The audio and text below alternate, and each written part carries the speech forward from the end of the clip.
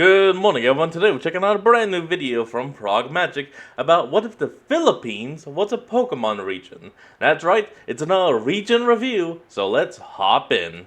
What would the Pokemon in a Philippines-inspired region look like? Hey everyone, Brandon here. And in my own region, Buhay, there are a variety of Pokemon to answer that question. For instance, we have Dorabao, the cute calf Pokemon, a pure normal type.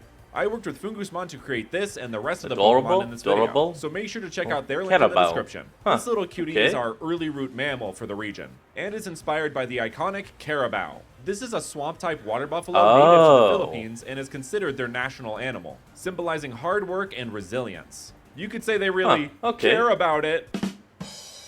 Having a Carabao Pokemon was an absolute must, and I thought what better way to represent it than with the most common Pokemon in the region.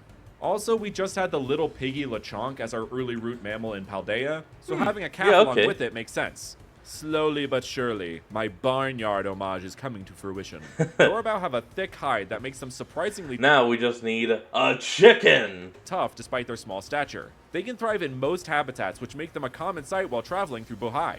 And you can travel through a world of ancient Greek myth with today's sponsor, Alestral's Awaken. At level 20, Dorabao evolves into Arabao, the Mud Moo Pokemon, a normal water type. But Brandon, I hear you comment, if it's the Mud Moo Pokemon, why is it normal water type? An excellent question, dear commenter. Well, firstly, Carabao are a type of water buffalo. As such, they are in the water fairly often, especially given their diet, which is mostly made up of aquatic plants. And they will even graze underwater in times of flooding. Where the mud aspect comes in is with Arabao's Muddied form.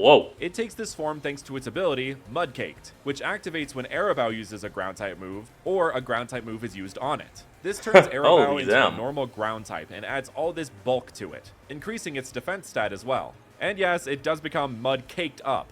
Carabao tend to wallow in mud to cool down and to protect their skin from the sun and insects. But the sight of a mud-covered Carabao could also refer to their use as draft animals, pulling sleds or carts for plowing fields or moving cargo. Actually, that's where Arabao's name comes from. Arable means land fit for growing crops, which Arabao itself creates with its ground-type moves. The pattern of Arabao in both its forms is a reference to the many festivals across the Philippines which celebrate the hardworking Carabao. But specifically, it refers to the painting of the animal done in the Carbo Festival in the city of Vigan. As a vegetarian, that's a city I want to live in. They paint the Carabao with all kinds of fun and interesting colors to pay tribute to the hard work of the farmers and the animal itself. So you can think of the mud covering Arabao as the paint in this situation. And mud painting is a medium of art, so there's that too. To my Filipino viewers, I hope I did your big bovine justice. And you can do me justice by hitting those like and subscribe buttons, so you can keep up with more of this series and the other amazing videos on this channel. Naturally, hit that next button we have to for talk us. about the early root bird of the region. And that title is held by Weisiu, the collector Pokemon, a flying normal type. This shy-looking little chick is based on the Philippine duck, or more accurately, a Philippine duckling, which is a fairly common dabbling waterfowl. The twigs and colorful leaves you see amongst its design are where the collector part of its category comes in. Weisiu thinks that it's a bit of an ugly duckling, so it will adorn itself with things that are shiny, colorful, and just generally pretty in an attempt to make itself more appealing. In fact, it can go a bit overboard, becoming a greedy hoarder, even going so far as to steal pretty things from others, bringing them to its stash for later use. Weisiu's name comes from the Tagalog word sisiu, meaning a bird chick, and also we, as in small, not the other thing. It also joins the Palindrome Name Club. At level 18, Weisiu evolves into Batok, the False Colors Pokemon. Rather than collecting shiny things like its previous stage, now we got the ugly middle stage. Batok crushes up various berries to dye its feathers vibrant colors. It will tout its dyed feathers around braggadociously, and will attack those who don't notice or compliment them. It will also taunt other bird Pokemon whose feathers aren't as colorful, which more often than not will lead to Batok reaping what it sows. This gaudy Pokemon is inspired by the Philippine Trogon, itself a very brightly colored bird that is endemic to the Philippines. With this being the middle stage, Batok and its dyed feathers is kinda giving a kid badly experimenting with makeup look. The dyeing of its feathers is inspired by ikat dyeing, a technique found across Southeast Asia. It's a form of resist dyeing, so only certain parts of the fabric are dyed, much like Batok only has certain parts of its body dyed. There is also Tanalak, a form of weaving done by the Topoli people of southern Mindanao, using ikat dyed threads. The cadence of the word is similar to Batok, though it isn't directly part of its name. Speaking of, Batok's name comes from Batak na Batak, which is Tagalog slang that basically translates to a tryhard, also known as someone who's doing too much. The only way for Batak to evolve is to accept itself and its true colors. After hitting level 32 and getting hit by water-type moves 20 times to wash off the dye on its feathers, Batak will evolve into... It has to be hit with a water-type move 20 times, then level up to actually evolve. Oh my goodness, that's a pain. That's a pain.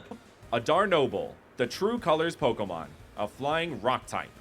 Having this subdued yet still beautiful coloration, this Pokemon truly thrives. It sings with a voice that can turn things around It is into beautiful. stone. I will this agree. This is actually its ability, Rockstar, which changes sound-based moves into the rock type, a la Liquid Voice. A Darnoble itself is inspired by the Philippine peacock pheasant, which males have this gorgeous blue in their plumage, while also mainly having brown, black, and white feathers to really make those blues pop. You can see a Darnoble still has the colors of its first two stages on its talons to acknowledge how it got to be at this stage. This entire line has a bit of a slant on the Ugly Duckling storyline, but the storyline here is more so based on the idiom insecurity breeds contempt. People who feel insecure in themselves will often take that out on others, but when you can find acceptance within yourself, you become beautiful inside and out. There's a lot more nuance here, obviously, but for the purposes of this Pokemon, that's the story. An insecure duck becomes a gaudy and rude bird covering up its feathers that only evolves when it shows its true colors, becoming a graceful pheasant. While this might feel a little all over the place, it all ties into one central concept that has to do with a Darnoble's name. Both the Adarna and Noble parts are inspired by the Filipino tale of the Ibang Adarna. Three princes are tasked with finding the Ibang Adarna, a mythical bird whose song can cure diseases, after their father falls ill. The first prince, Don Pedro, is sent, who is greedy and wants the crown for himself. He finds the bird, but it sings him to sleep and then turns him into stone by pooping on him. Oh, you're 32 really? And you have a child. Grow up. Anyway, Don Diego, the second prince, is sent next. So he finds it puts him to sleep, it shits on him, and turns him to stone. It's like, well, that is just insult upon insult. Who tries to brute force his way into capturing the bird, ignoring his brother's mistakes, causing him to suffer the same fate. The final prince, Don Juan, is patient and kind. He heeds warnings about the bird's enchantments from a local hermit, and is able to successfully capture the bird, freeing his brothers from their stony fate and eventually becoming king himself. Haha, I am become king. like royalty on this channel if you hit that join button to become a member. Membership gets you perks like videos early and a shout out at the end of my videos, all the while helping me pay the incredible artists I work with. In an era where AI art is taking over, I pride myself on continuing to pay artists for their fantastic work. And so that's any wonderful. Contributions you can make to this channel are greatly appreciated. So each stage of this early root bird line represents the princes in order. Weeseo is Don Pedro, with it being greedy and hoarding pretty things. Batak is Don Diego, who tries to brute force its way to beauty by dyeing its feathers. Then obviously that means a Darnoble is Don Juan, accepting the mistakes of its past to become the final stage of the line. Patience and understanding, the qualities that led this prince to victory. On top of all that, the Philippine Trogon is actually nicknamed Ibang Adarna, due to its vibrant plumage. And the poet that Ibang Adarna is attributed to went by the pseudonym Husang CCU. This entire line is very layered conceptually, and I quite like it. Now we have the early root mammal and the early root bird, so naturally next we need to talk about the early root bug. So here is Sumpupa, the pupa Pokemon, a pure bug type. This little grub-like buddy can be found buried in the ground around Buhai. The only sign of them are these little hairs atop its head poking out of the earth. They will hide in plain so it's like a cicada in a way? sight at farms, eating the crops while hiding amongst them. Ginger roots seem to be their favorite meal, as it's the easiest for them to hide near. Sumpupa is inspired by the larva of the coffee white stem borer. This kind of beetle can be found all over Southeast Asia and is a blight to coffee plants everywhere, as the larvae bury themselves in the stems of the plants, as their name implies, making them incredibly difficult to control. Sumpupa gets its name from sumpa, a Filipino word that means curse, as the stem borer is a curse to any plant it digs into. But that becomes a bit more literal at level 13, when Sumpupa evolves into Mambor, a ghost type. A bug ghost type.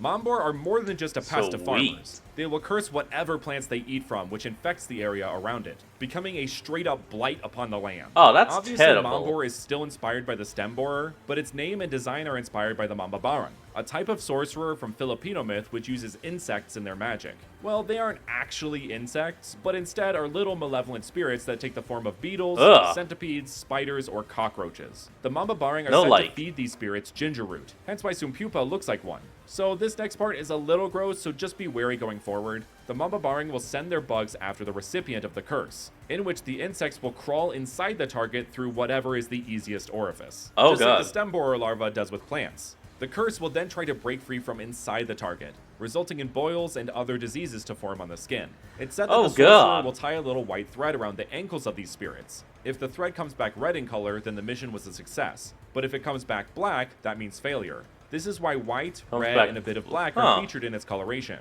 and why its beard ties Shouldn't it just come back, white if the mission was a failure instead of black? Magic. around its ankles. Speaking of, this beard is a reference to evil sorcerers such as Saruman from Lord of the Rings. An important thing to note is that while the Mamba Barang certainly uses malevolent magic, back in the day that magic was most often pointed at Spanish oppressors. So, based, I guess? But let's keep things in the realm of the based. arcane with this next Pokemon, Tarsier, the clairvoyant Ooh. Pokemon, a pure psychic type. This primate of premonition is inspired by the Philippine Tarsier, a very iconic animal to the Philippines and Southeast Asia. They are known for And their a lot of large, places. dazzling eyes in spite of their smaller frame. This animal was begging to be made into a cute little Pokemon, and I am so happy to deliver. When seeing this animal for the first time, I just had to know, what do you see with your special eyes? Yes. What?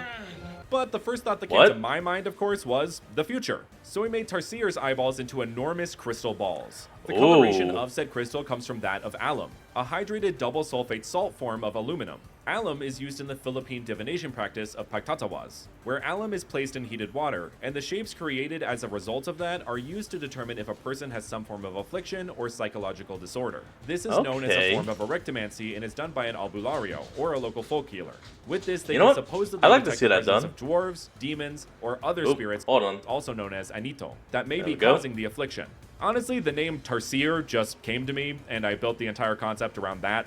Before we get to the last That's round of fine, the that's video, fine. I wanted to take a moment to mention there are a few Pokemon from my India-based region, Devar, that could certainly fit in this region, such as Sivalt and Bentadari, which are based on the Asian palm civet and Binturong respectively, as well as the I can special see kind of that. coffee they produce. The Pangos line could fit here as well, given there's such thing as the Philippine pangolin. Herat and Stalagpine also fit well in this region, given the abundance of rodents and the existence of the Philippine porcupine. Last Makes but not sense. least, we have the Pika clone of Buhai. So allow me to introduce Shokumi, the Growth Guard Oh. Pokemon, an electric grass type. This adorable little nugget has a surprisingly complex set of inspirations. It Firstly, is it very is both meant to cute. look like a grain of rice, while also looking like mochi and the mochi treat version of the Yuki Usagi, which are commonly sold in Japan. The Yuki Oh, the Usagi mochi itself rabbit. is said to pound rice into a sweet treat with its powerful hind legs, hence the association with mochi. So very Japanese for a Philippines region so far, but that's where the rice part comes in. There is a totem used by the Ifugao people of northern Luzon, known as the bulul. This carved wooden figure is stored alongside rice in a home or in granaries to protect the rice and bring about a plentiful harvest. They are also Okay. associated with healing, and wouldn't you know it, in China, the Yuki Usagi, instead of pounding rice into a sweet treat, pounds it into medicine, a tool for healing. The animal this Healing. Pokemon is inspired by is both a rabbit, but also the common house mouse, which can be found in homes all over the world. And where do rodents mainly hang out? Wherever there's food, just like the Wherever Bulul. there's So food, put that all yep. together in a cute little package and you have Shokumi. Its name comes from Sho, the kanji for protection, Shoku, the Garaiga word for shock, and Nezumi, the Japanese word for mouse or rat. But when put all together, it sounds like Shock Me. Some final things to note are the Does Pokemon it Company evolve? actually made an official Yuki Usagi Pikachu plush, and Pikachu was originally designed after Daifuku, another type of rice dish. So this entire concept well, look just at comes that. together so nicely. And those are some Pokemon of the Buhai region. Thank you so much to our incredible members who go that extra mile to support this channel so we can Well, I can't wait to see more of this. Alright everyone, that's going to be the end of today's video, and I hope you all enjoyed this. Remember to like, comment, and subscribe for more. Link to the original will be in the description below, and I'll see you next time when we flick back on. Till then, this is Fox, signing out. Peace.